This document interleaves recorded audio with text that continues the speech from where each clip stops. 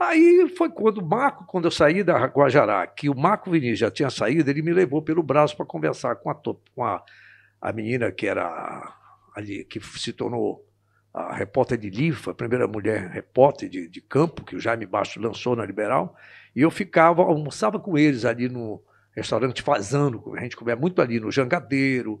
Jangadeiro era uma especialidade, tu tinhas na João Alfredo, a casa referência era LR, era uma lanchonete top da juventude, e da véspera, da sexta-feira, depois de sair da Maloca, do Papadima, não sei de onde, o pessoal ia desfilar a cara de anteontem lá da João Alfredo. O famoso after, né? O de hoje.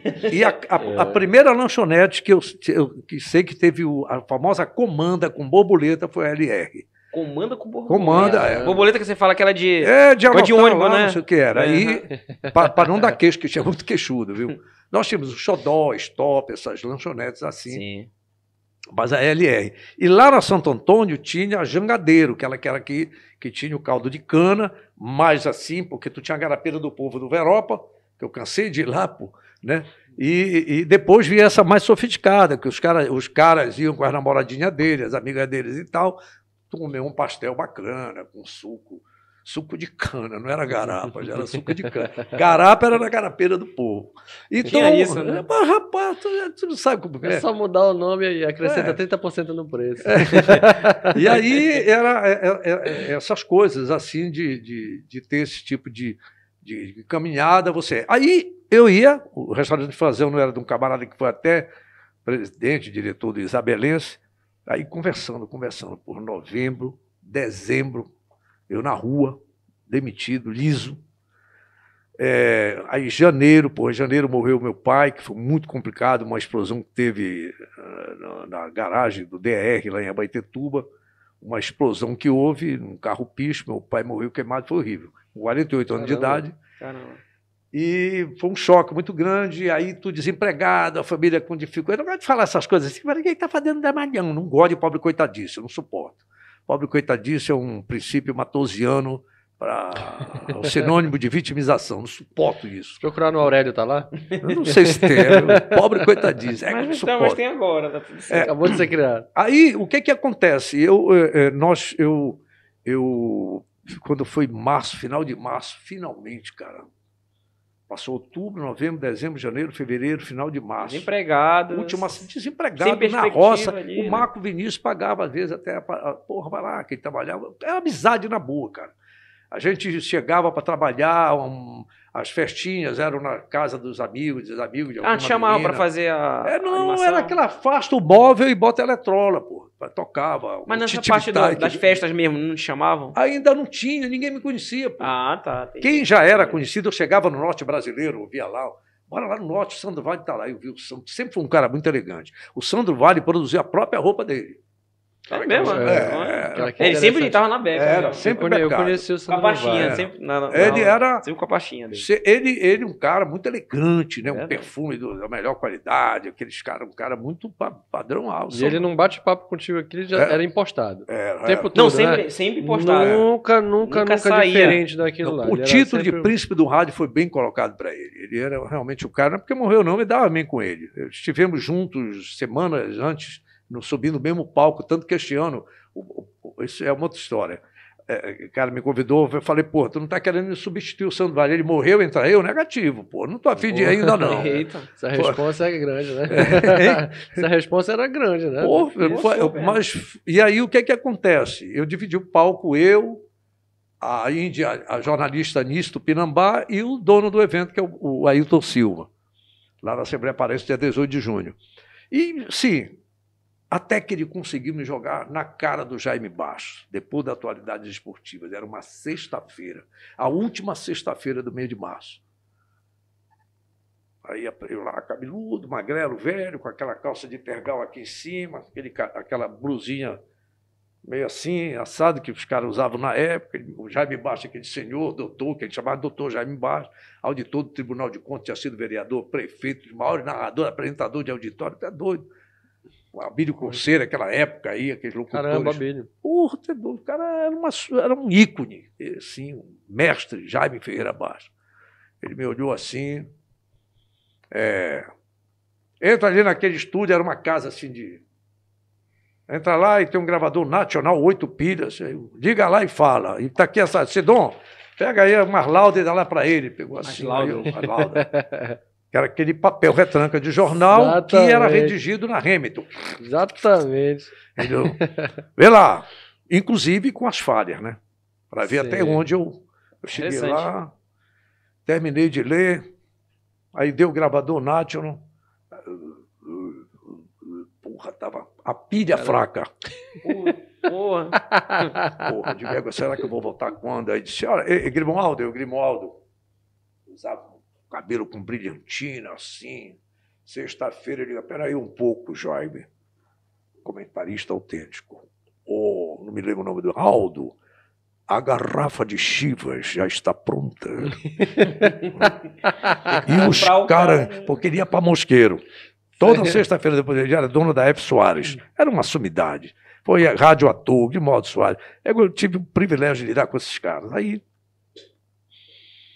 Carlos Sidon, Guarani Júnior, Raimundo Lima, os caras da época. Aí o Jaime, ouve aí, Igre. Aí falou, eu quero telefone.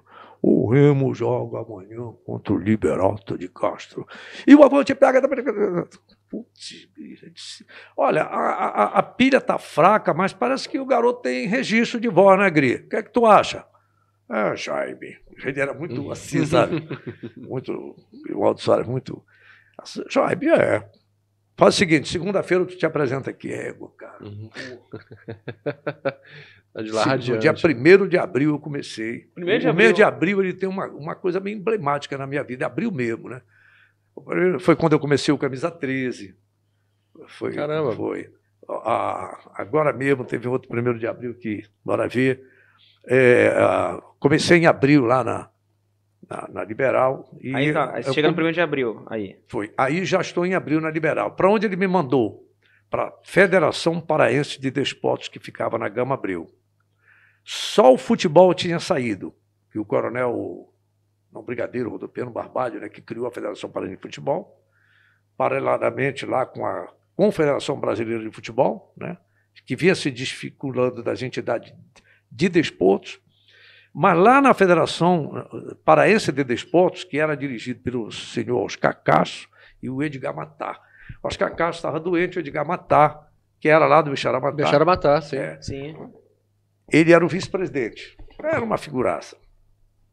E lá você pegava os telegramas, eram os departamentos de futebol de salão, e hoje é o futsal, de celotex, que era o futebol de mesa, de regata. Futebol de botão, né? Mas jamais tinha ouvido esse termo. Departamento de dominó. Eu cobri dominó no Juruna, na Estrada Nova, na TV. Departamento de dominó. Rapaz, que era emocionante, né? Era muito interessante. Departamento de atletismo, departamento... Foi o primeiro momento assim, de estar nessa parte de esporte? De esporte, foi ali que eu comecei. A primeira vez que eu tive... Uma carreira esportiva, assim, né?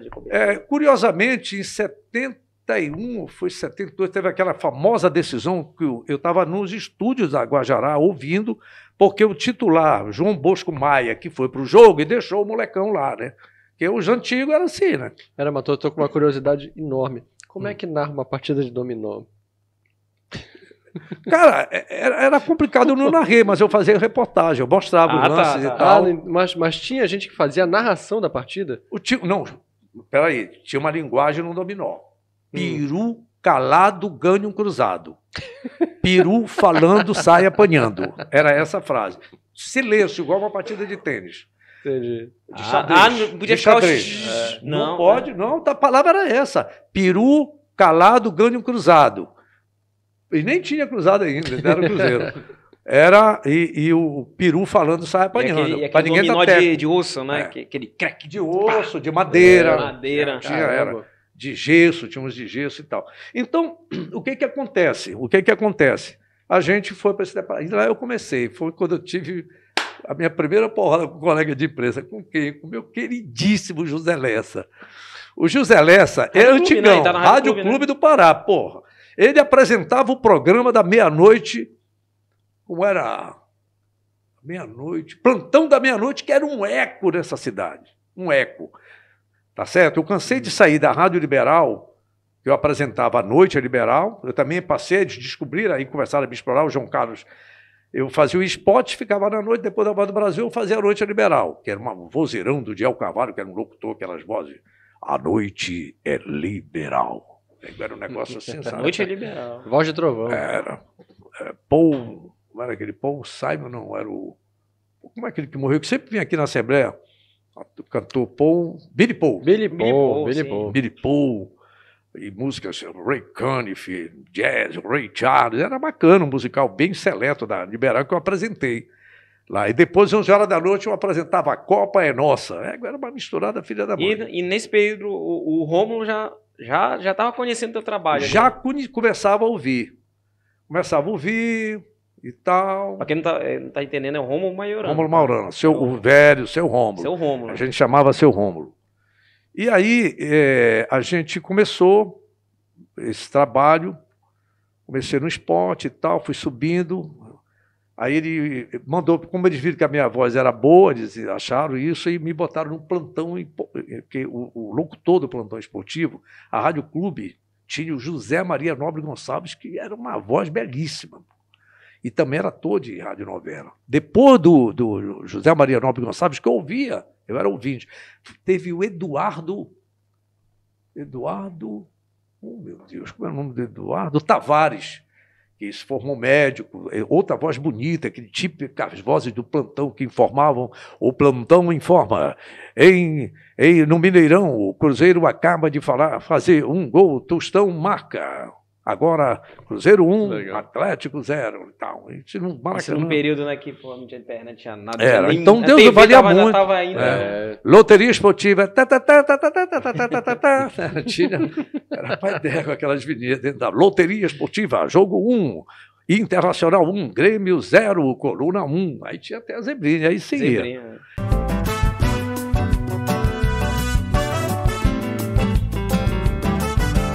Papo Nostalgia.